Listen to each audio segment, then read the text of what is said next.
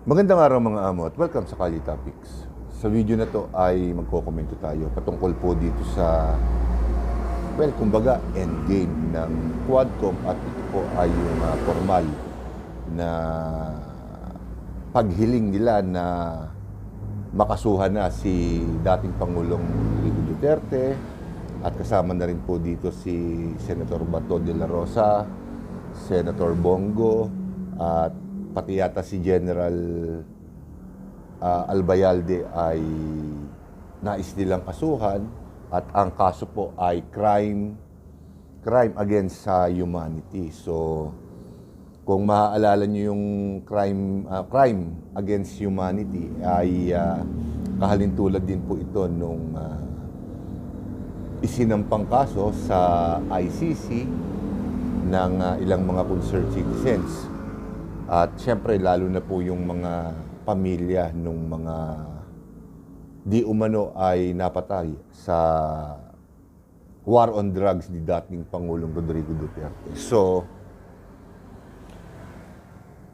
alam niyo mga amo, ito na siguro yung pinakamaganda para sa akin, pinakamagandang nangyari dito sa pagkatagal-tagal na hearing na ginawa ng Quadcom kay dating Pangulong Rodrigo Duterte dahil syempre marami ang nagkukomento na nag-grandstanding lang yung ilang mga kongresista, na alam nyo na, bumibili ng libreng, hindi pala bumibili, uma-arbor ng libreng airtime para ma-promote nila yung kanilang sarili. Kitang-kita naman ng maraming tao na kumbaga nag-grandstanding lang sila at kumbaga itong Quadcom hearing na to ay tinitingnan bilang isa na namang sarswela. So para sa akin ito na yung pinakamagandang nangyari, which is talagang kumbaga formal ng kasuhan si Pangulong Rodrigo Duterte, si dating Pangulong Rodrigo Duterte dahil syempre magkakaroon na nga ng closure itong kaso na to. Kasi syempre sa hinaba-haba ng mga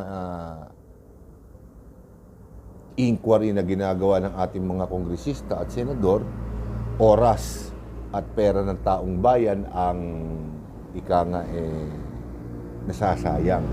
At syempre kaparis nga po ng mga nababalita sa mainstream media, nagkakaroon din po tayo ngayon ng problema sa 2025 national budget natin. So, na-delay pa yata dahil di umano maraming insertions na pumapabor sa mga kongresista at may mga binawasan ng pondo na kung saan, o budget na kung saan, damay dito ang Department of Education at ang PhilHealth. So yung video, ginawan ko ng video yan, panoorin nyo na lamang po. So, maganda na yung ginawa nila na, kumbaga, formal na nilang hilingin na sampahan ng kaso si dating Pangulong Rodrigo Duterte para naman magkaroon din ng pagkakataon yung ating dating Pangulong Rodrigo Duterte na maipagtanggol ang kanyang sarili sa tamang lugar.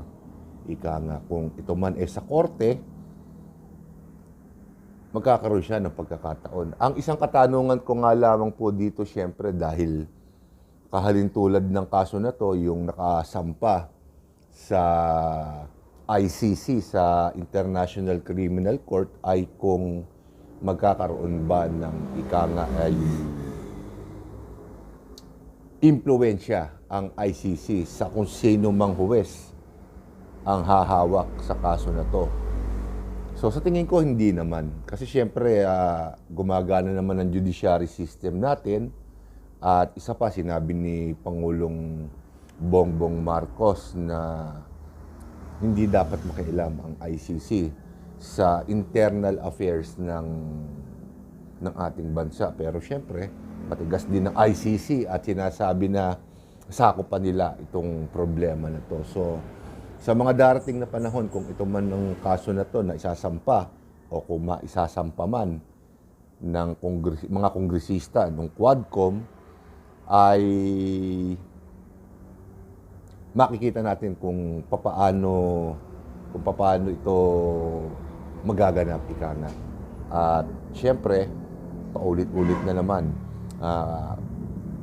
December 18, hapon, ay formal ng hiniling ng Quadcom Committee sa Kongreso na sampahan na ng kaso si dating Pangulong Rodrigo Duterte at matagal yung kanilang hearing, yung kanilang sesyon, inabot ng 4 na oras. So, gagawa tayo ng ano nun. Kukunin natin yung video na yon at kukunin na lang natin yung mga ika nga ibuod ng mga sinabi ng mga nagre-rekomenda o humihiling ng makasuhan si Pangulong Rodrigo Duterte.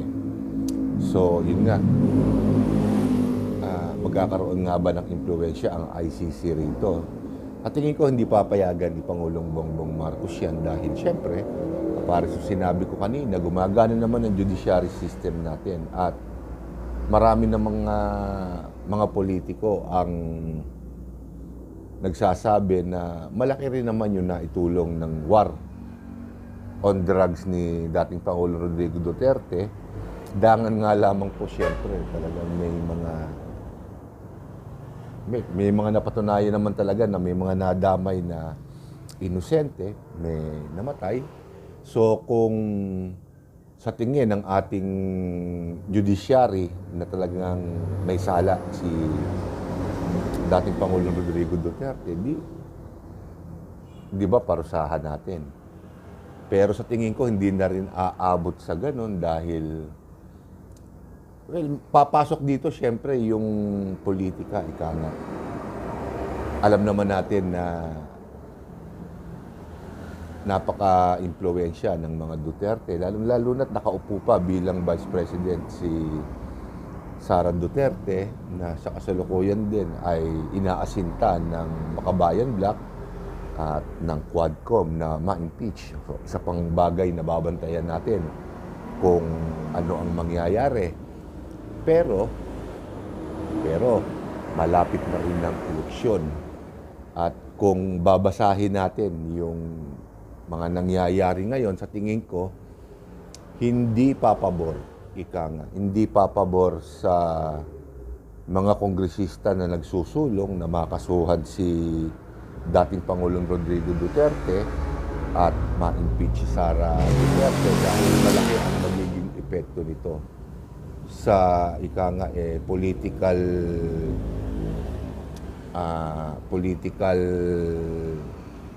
motives ng bawat politiko natin.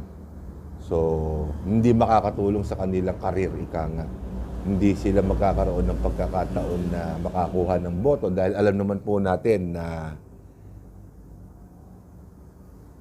mahirap kalaban ng mga Duterte. Kaya pansinin nyo, hanggang sa mga panahon na to, maliban sa mga kongresista na bumabatikos sa mga Duterte, wala na tayong nakikitang mga ibang personalidad na sumasawsaw dito sa issue na to. Dahil syempre, natatakot sila na baka kapag sumawsaw sila rito, maapektuhan ng malaki yung kanilang re-election o dili kaya yung mga tapos na kongresista na ibang posisyon naman sa gobyerno ang inaasinta ay maapektuhan din. So, meron pa akong isang napuna dito. Napupuna pa rin ako. Wala ba kayong napapansin na, una, alam naman natin na malaki ang ugong-ugong sa 2028 national election si VP Sara ay kakandidatong presidente. So, sinasabi ng mga eksperto na kinakailangan maitayo na o mai-establish na ni VP Sara yung kanyang political forces. So, mga ngahulugan niyan, kailangan may hawak ang mga mayor, congressman, gobernador. So, isang bagay yan siguro na napapansin na siguro ng ilan na wala ring kumbaga walang susog, walang humihiling na matuloy itong kaso na to ng mga Duterte dahil kaparto sinabi ko, maapektuhan sila ng malaki dito at aminin man ng mga sumusuporta kay Pangulong Bongbong Marcos, napakalaki ng naitulong ng mga Duterte sa kandidatura ni Pangulong Bongbong Marcos dahil sa tingin ko kung hindi sinuportahan ng mga Duterte si Pangulong Bongbong Marcos at kumandidato bilang Pangulo si BP Sara, malamang iba ang ating presidente ngayon. Kasi hindi rin ako naniniwala na ganun kalaki sa ngayon. Malaki, milyon ang supporters ng mga Marcoses. Pero sa tingin ko, hindi magiging sapat para ay maiupo siya sa Malacanang. Pero sinuportahan siya ng mga Duterte at si BP Sara ay naging vice president naman. Doon siya lumugar. So sa tingin ko, dito sa mga nangyayaring problema ng mga Duterte, pasikreto pa rin na tumutulong si Pangulong Bongbong Marcos. Sa mga interview kay Pangulong Bongbong Marcos, wala naman tayong nakitang mabigat na ipinukol si Pangulong Bongbong Marcos laban sa mga Duterte at bagkus niyan, sinabi pa niya na kung may mga puwersa na magsasampa ng impeachment case laban kay BP Sara ay wag nang entertainin. Wag nang patulan. Ganon din kay dating Pangulong Rodrigo Duterte na ang nagsusunong lang naman ay mangilan-ngilang tao lamang at yung ICC na kung saan tahasang sinabi ni Pangulong Bongbong Marcos na hindi tayo makikipagtulungan. So, dito nakikita ko parang mapupunta rin sa wala itong magiging... Ako, lang to, personal lang ito. Hindi naman tayo eksperto. Hindi natin nababasa yung legalidad ng lahat ng nagaganap sa gobyerno ngayon, dito sa mga kaso na to. Pero nakikita ko na parang wala rin papupuntahan ito. Kumbaga, isa na namang sarsuela kung matutuloy. At alam yan ng mga tao, ng mga kongresista na nagsusulong na makasuhan si Pangulong Rodrigo Duterte at ma-impeach si BP Sara. Nararamdaman nila sa mga panahon na to dahil syempre mga 1 linggo mahigit na o magdadalawang linggo na, biglang lumamig na ang kanilang ginagawa nilang in aid of legislation sa kaso ni dating Pangulong Rodrigo Duterte at BP Sara. So bigla silang ay gumagawa ng paraan. Hindi ko naman masisisi, syempre diskarte talaga yon. Kahit ako ganun din ang gagawin ko. Pero sigurado ako nararamdaman nila na parang nawawala na yung momentum nila at hanggat may konti pa o may momentum pang nangyayari, ipinapasok na nila to. Pero may mga nagsasabi rin na parang medyo late na dahil Disyembre na po ngayon. Ilang araw na lang o mga 1 o 2 linggo na lang, i-announce na ng COMELEC kung sino yung talaga mga formal na pumasok sa lalong-lalo na sa Senado, yung mga kumakandidatong senador, kung sino-sino ang pumasok o kwalipikado para kumandidato. So, busy na ang mga politiko ngayon, mga congressman, mga mayor, mga gobernador, wala na halos mag-aasikaso nito. Aantayin pa uli nilang matapos yung eleksyon at kung papalarin, kung mananalo sila, yung mga nagsusulong ng impeachment at itong kaso laban sa mga Duterte, ay it remains to be seen pa. So hanggat mainit pa sa opinion nila itong kaso na to, itong issue na to, isinususog na nila. Pero parang parang huli na rin, ika nga. Huli na rin yung oras, hindi na kaya. At nararamdaman ko na walang mga kongresista o senador o kahit na mga pribadong individual ang masa na susuporta dito sa nangyayari na to. Unless makapag-produce ng isang ika nga ay ebidensyang malupit na magkakaroon ng interes ang publiko, ika nga baka magkatotoo yung sinasabi ng ibang politiko na bababaliwala ito. Pero syempre, effort ng mga kongresista sa Quadcom na maisulong ito. Karapatan pa rin nila yon. At syempre, sa akin, pabor din ako doon. Kung makakasuhan, kasuhan na. Para matapos na. Kasi the more na tumatagal ito, nauubos ang oras natin sa walang kakwenta-kwentang bagay, pati pera. Tanyo, pati budget ng 2025, naantala pa. So, lahat ng mga kongresista hindi makapokus sa mga dapat na gawin nila, tungkulin nila. Marami tayong kailangan na hindi na naibibigay ng ating mga mambabatas.